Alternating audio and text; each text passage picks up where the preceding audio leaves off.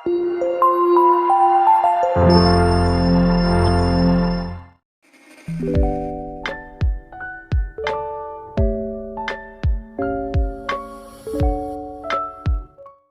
terkait dengan data preparation, yaitu integrasi data dengan submateri pengambilan data. Cara pengambilan data, banyak cara yang bisa dilakukan, diantaranya yaitu pengambilan data secara manual, yang kedua pengambilan data melalui API, contohnya yaitu API Kaggle atau portal-portal data yang ada. Yang ketiga yaitu pengambilan data melalui atau menggunakan web scraping, dan yang keempat pengambilan data melalui direct access ke sistem database relasional yang ada atau yang tersedia.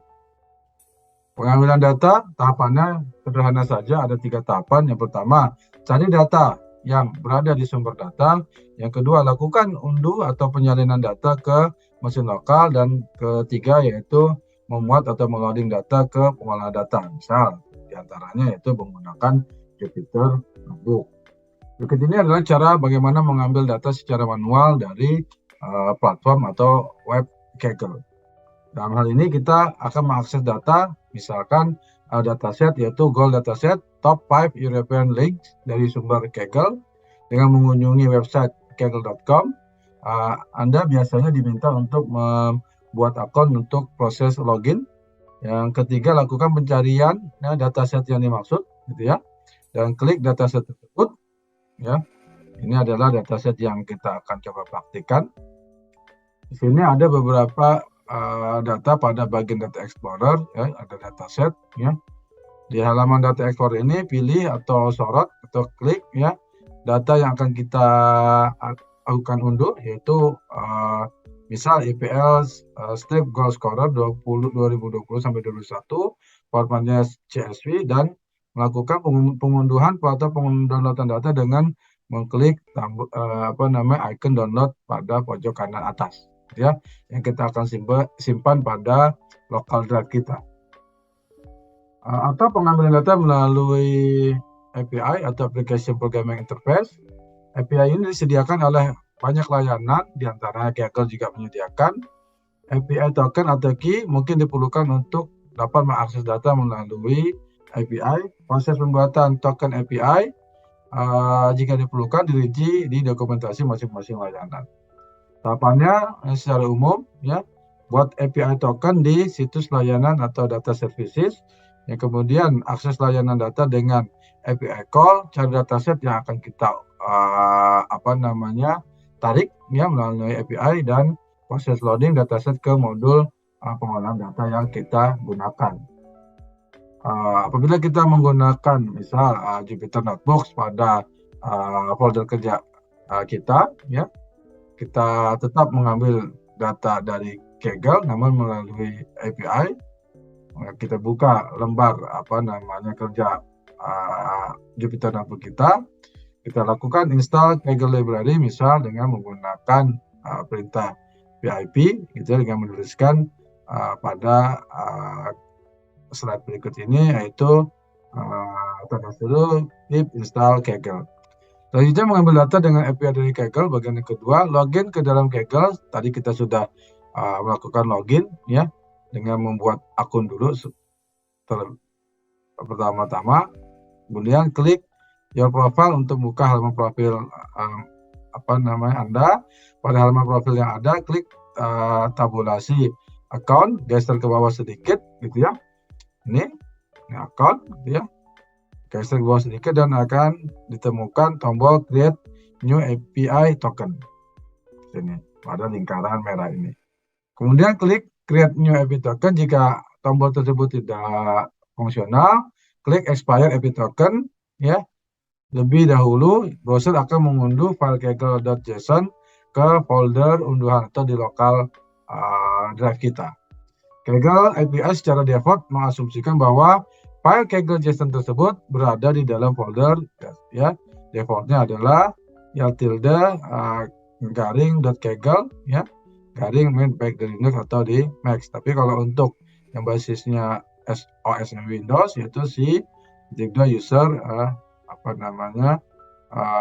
.kaggle, ya, Jika folder tersebut belum ada, kita bisa buat dulu dengan menggunakan komen makdir di command prompt atau di shell. Kemudian pindahkan file kegel.json ke folder tersebut menggunakan Windows atau File Explorer atau melalui perintah move atau mv di shell atau di command prompt. Selanjutnya, Kaggle API memiliki 4 perintah, yaitu Kaggle Competition, ya. Ada list, file, download, submit, submission, dan leaderboard. Ada juga datasetnya, ada juga istilahnya kategori, ya, kernelnya. Ada juga yang Kaggle untuk config, ya. Dokumentasi Kaggle API bisa diunduh atau dilihat di link berikut, gitu ya. Untuk keperluan model ini kita hanya menggunakan perintah Kaggle dataset. Nah, berikut adalah lanjutan dari mengambil data melalui API dari Kaggle. Untuk melakukan pencarian dataset, ya, Kaggle dataset list, ya, -s, ya, keyword. Jika terjadi masalah gagal akses, bisa dicoba dengan membuat ulang API token. Nama dataset berada di kolom referensi pada tabel output pencarian. Misalnya kita ingin mengunduh tadi gold dataset top 5 independent links, maka nama dataset adalah sebagai berikut, ya, pada tanda panah ini, ya, panah orange ini. Kemudian unduh dataset yang diinginkan dengan perintah Kaggle dataset download, ya, dengan mengetikkan perintah berikut. Dataset akan terunduh di folder aktif dalam bentuk file yang sudah dikompres, gitu ya, dalam bentuk ekstraksinya adalah zip. Selanjutnya kita lakukan ekstraksi dari zip tersebut, ya, dengan perintah unzip dan dataset berupa berkas-berkas CSV siap digunakan. Ya. Berkas CSV dapat langsung dimuat ke Pandas Data Frame. Atau kita mengambil dari portal-portal data lain, misal ini portal Pemda. Ya. Kita bisa mengunjungi link atau URL portal data masing-masing Pemda tersebut, ya, yang formatnya terbuka yang dapat diakses melalui API berbasis Siken. Untuk dokumentasinya dapat diakses di alamat berikut. Kita bisa gunakan Python library request, JSON, dan TQDM. Ada daftar 3014 dataset yang diperoleh via API call pada portal data Pemda. Ya, ini adalah beberapa komennya yang bisa kita lakukan, yang bisa kita ketik kolom atau kita copy, gitu ya. Request.get mengirim HTTP GET request ke layanan. Hasil dalam format JSON di load sebagai Python dictionary dengan menggunakan JSON load, ya, JSON load. Daftar nama-nama dataset ada pada key result, ya, ada pada key. Selain memfilter langsung pada daftar nama-nama dataset di slide sebelumnya, kita dapat melakukan proses pencarian dengan memanggil API pada link berikut dengan parameter Q untuk frase yang dicari. Contoh kita untuk mencari frase atau, ya, sekolah dasar. Nah, di sini nih, parameter Q sekolah dasar, ya. Namun ada keterbatasan API membuat detail hanya dikembalikan pada 10 hasil pencarian, walaupun sebenarnya ada 47. Di sini kita filter nama dataset secara manual, misal yang mengandung kata sekolah dan kata dasar. Ya, sekolah, ini kondisinya sekolah dan dasar, kondisi if-nya. Misal kita menginginkan dataset jumlah guru SD negeri di Kota Bandung berdasarkan sekolah. Kita bisa melakukan atau menggunakan API call pada link berikut dengan menggunakan parameter dataset. Ya, setiap dataset dapat terdiri dari satu atau beberapa file, misal file, ya, basisnya .csv atau XLS.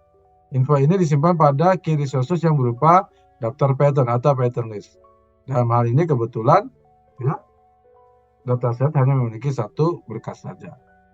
Kemudian kita akses daftar berkas untuk dataset jumlah guru tadi, ya, menggunakan perintah berikut, ya.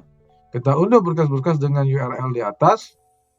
Library TQDM dipakai untuk menampilkan progres dari unduhan atau download. Setelah selesai proses download, maka data tersimpan di folder tempat notebook dieksekusi atau dijalankan atau sedang kita buka. Kaggle dan beberapa layanan data menyediakan akses melalui API. Langkah-langkah mengakses API biasanya melalui proses pembuatan API token atau API key yang dokumentasinya ada di masing-masing penyedia atau layanan. Selain menggunakan API, kita juga bisa mengambil data menggunakan teknik web scraping, ya, serta akses langsung dari database relasional. Nah, web scraping, apa itu web scraping? Yaitu bagaimana kita mengekstrak data secara langsung dari halaman web yang memang tidak memiliki misal layanan API atau tidak bisa menyediakan fasilitas download dari web yang akan kita ambil datanya. Ini kita bisa menggunakan metode Beautiful Soup Web Scraper yang ada di Python dengan langkah-langkah sebagai berikut. Ya, yang selanjutnya juga kita bisa mengambil data dari RDBMS atau basis data relasional. Ya, ini adalah langkah-langkah umumnya yang bisa kita terapkan. Proses antara membuka hingga menutup koneksi biasanya diletakkan dalam blok try step accept. Ya, contoh singkat, ya. Bagaimana mengakses data dari basis data relasional? Bisa diklik pada link berikut. Kita lanjutkan, yaitu pada submateri bagaimana meloading data ke Pandas. Ya, Pandas ini merupakan library dari salah satu library dari Python. Pertama, ya, apabila kita belum membuka, berarti kita melakukan pembukaan lembar kerja dan membuka Jupyter Notebook kita. Kemudian buka atau buat satu script IPYNB atau Python 3. Kemudian kita lakukan import Pandas di library Pandas dan NumPy. Pastikan ini sudah terinstall. Nah, biasanya defaultnya adalah sudah terinstall apabila kita menggunakan versi Python yang terbaru. Kemudian kita load file CSV yang sudah download sebelumnya tadi. Misal kita sudah mengambil data secara manual tadi ke dalam sebuah data frame dengan menggunakan command read underscore CSV dalam kurung. Ini adalah contoh bagaimana kita memanggil atau mengimport library Pandas dan NumPy. Ini adalah kita menyingkatkan library Pandas dengan PD, library NumPy dengan NP. Dan ini adalah data yang tadi kita sudah download akan kita panggil, kita definisikan sebagai variabel yaitu path. Dan df ini adalah data frame di mana dengan fungsi .read underscore CSV kita baca dari data path ini yaitu APL goalscorer.csv. Nah, ada metode head dan tail apabila kita ingin melihat atau menampilkan beberapa baris pertama dan terakhir. Kalau yang pertama adalah head, karena Python memulai indeksnya dari 0, maka mulai indeks 0, 1, 2, 3, dan 4. Ada 5 data pertama.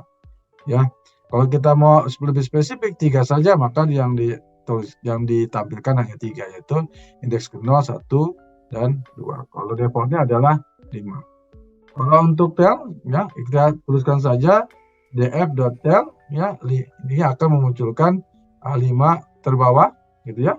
Kalau lebih spesifik mau misalnya 10 terbawah, kita tuliskan saja df fungsi tail dalam kurung misalnya 10. Jadi kita tahu bahwa berapa sih total data atau baris atau record yang kita miliki dari data set yang kita akan gunakan atau kita lakukan analisis atau perhitungan. Demikian untuk sesi ini. Terima kasih. Baik, kita masih dalam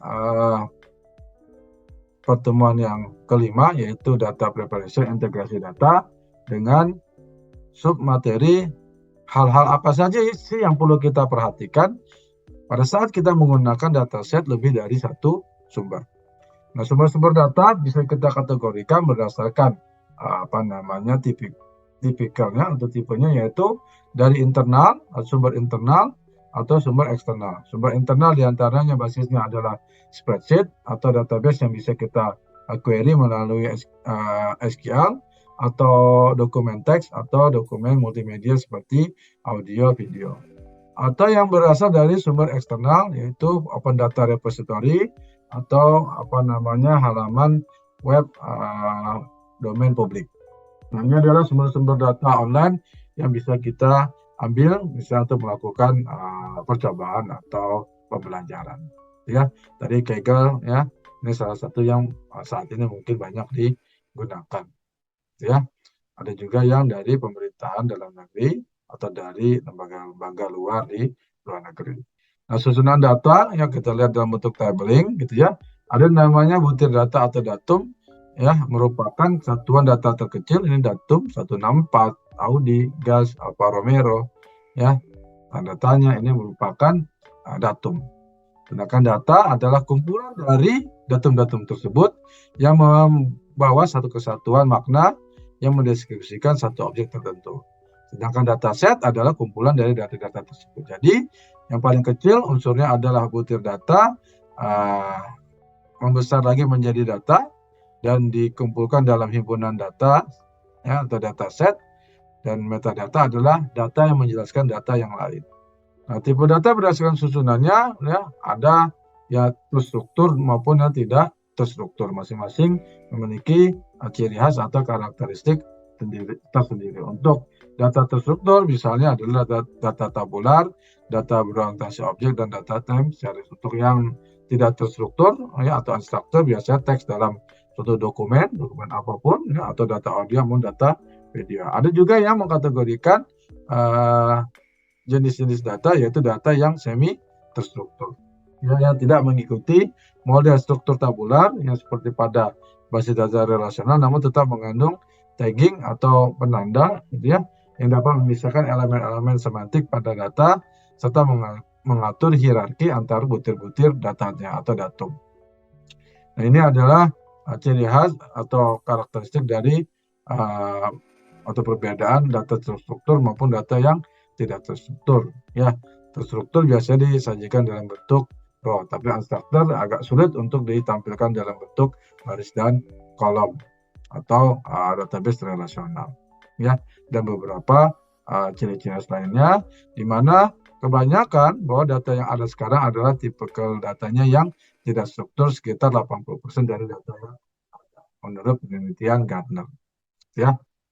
Nah, ini adalah contoh data tidak struktur, misalnya pada email kita ya, ada isinya gitu ya, ada badan, ada subjek, ada badan, dan lain-lain. Atau kita melakukan review ketika kita belanja online, atau kita menggunakan taksi online ya, atau ojek online, kita memberikan suatu penilaian atas barang atau jasa yang kita sudah gunakan. Atau dari webpage tadi gitu ya, data yang tidak struktur, dari portal berita dan lain-lain, atau dari media sosial. Nah, ini contoh modular data, tadi sudah kita sampaikan juga, ada penyajian dalam bentuk baris dan kolom. Ya, ini contoh model data dalam bentuk graf atau network atau jejaring. Ya, yang berdasarkan simpul-simpul atau node atau vertex, dan ada sisi atau edges ya, atau koneksi antara titik-titik atau simpul-simpul atau node-node tersebut. Ya, ini adalah model graf. Ya. Atau model data seperti sequence ya, yang tersusun dari record-record yang terhubung secara sekuensial. Contohnya apa saja, yaitu misal data dari sensor suhu selama rentang waktu. Nah, kita nih pada zamannya pandemi ini ya, data-data sensor suhu ini memang sangat banyak atau sangat bisa diakses secara kuantitas yang besar gitu ya, karena terus dipantau terkait dengan suhu sebagai salah satu karakteristik dari pandemi atau COVID-19 ini pada seseorang ya. Nah, keberadaan data dari berbagai sumber atau stakeholder di sini ketika kita tadi sudah singgung pada slide sebelumnya ya, terkait dengan model-model, ada model agregasi ya, dan model-model lainnya ya. Pada prinsipnya adalah bahwa data itu bersifat, data apapun bersifat GIGO atau garbage in dan garbage out. Di mana data yang format atau kualitasnya adalah tidak baik, maka akan menghasilkan output yang tidak baik pula. Ya. Yang tadi sudah kita singgung ya, untuk tipikal atau model federasi. Ya. Ini adalah ontologi dan database gitu ya. di mana ada arsitektur gitu ya, layering ya, bagaimana hubungan antara ontologi dan database ya. Demikian untuk sesi kali ini.